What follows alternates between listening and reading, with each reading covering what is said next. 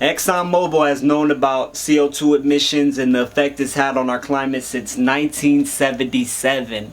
In the 1970s and 1980s, Exxon Mobile hired its own scientists to do research on CO2 emissions and the effect it's had on our climate. Exxon Mobil was ahead of the rest of the world as far as research was concerned. They knew about the catastrophic effects that CO2 will have on our climate. But instead of releasing that information to the rest of the world, they decided to fire all of their scientists in the late 1980s, engage in a cover-up, and mislead the public about the effects of its product. They fund politicians and organizations that deny climate change so they could prevent laws from being passed that regulate their pollution and destroy their profits. They help organize the Global Climate Coalition that goes against anything trying to combat climate change.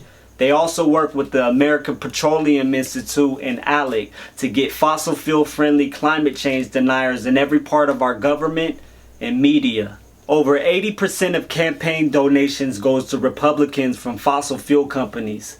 That's why most Republican politicians won't admit climate change is caused by human activity, even though 97% of scientists in the world say otherwise. A lot of these Republicans are basically bought off by these fossil fuel corporations, so they push loose laws and deregulations, making it easier for these companies to pollute and continue making profits, sacrificing our health and planet in the process.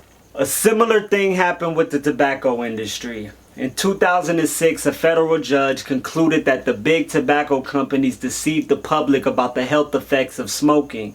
They actively denied the health hazards and with their own research found to protect their motherfucking profits. So the debate is over, y'all.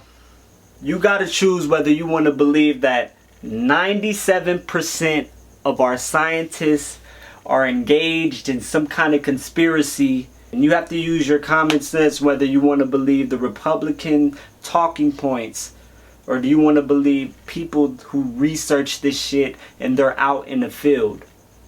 Use common sense. This is Marlon Brimmer. You have watched another episode of Lace Yourself Politics. Like, subscribe, and I would greatly appreciate it.